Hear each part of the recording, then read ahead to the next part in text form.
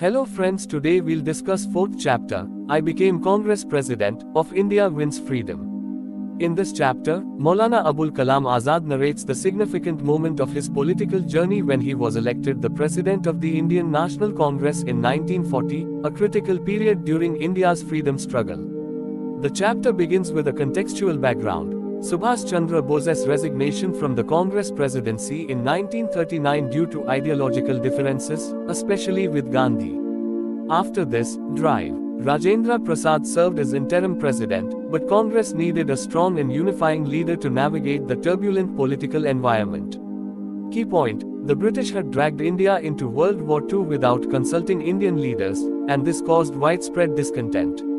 Congress needed leadership that could balance both the internal political divisions and the growing friction with British rule. Despite initial reluctance, Azad was persuaded to take up the position. He expresses a sense of personal hesitation. He had deep respect for the responsibility and challenges that came with the role, especially during wartime. However, under pressure from both Gandhi and Nehru, and sensing the historic weight of the moment, he accepted the nomination. Key point: Azad's presidency was unique. He was only the second Muslim after Badruddin Tayyibji to become Congress president, and the first to do so in such a volatile period. His election was also symbolic. It reinforced Congress's commitment to secularism and unity between Hindus and Muslims.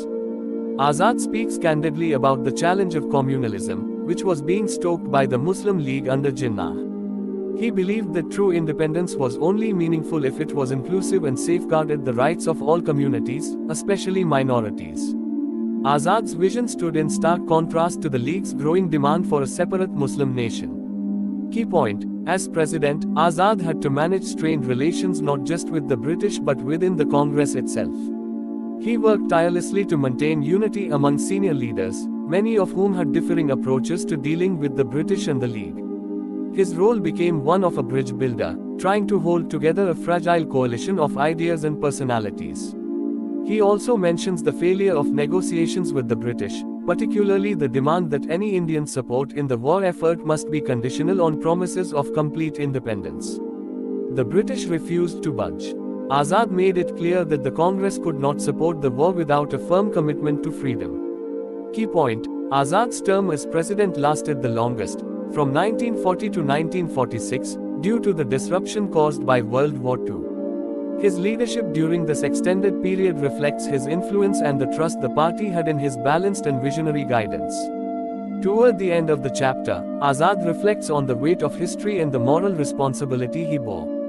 He considered it his duty to keep the Congress focused on national unity, communal harmony, and constitutional struggle, even when radical forces on all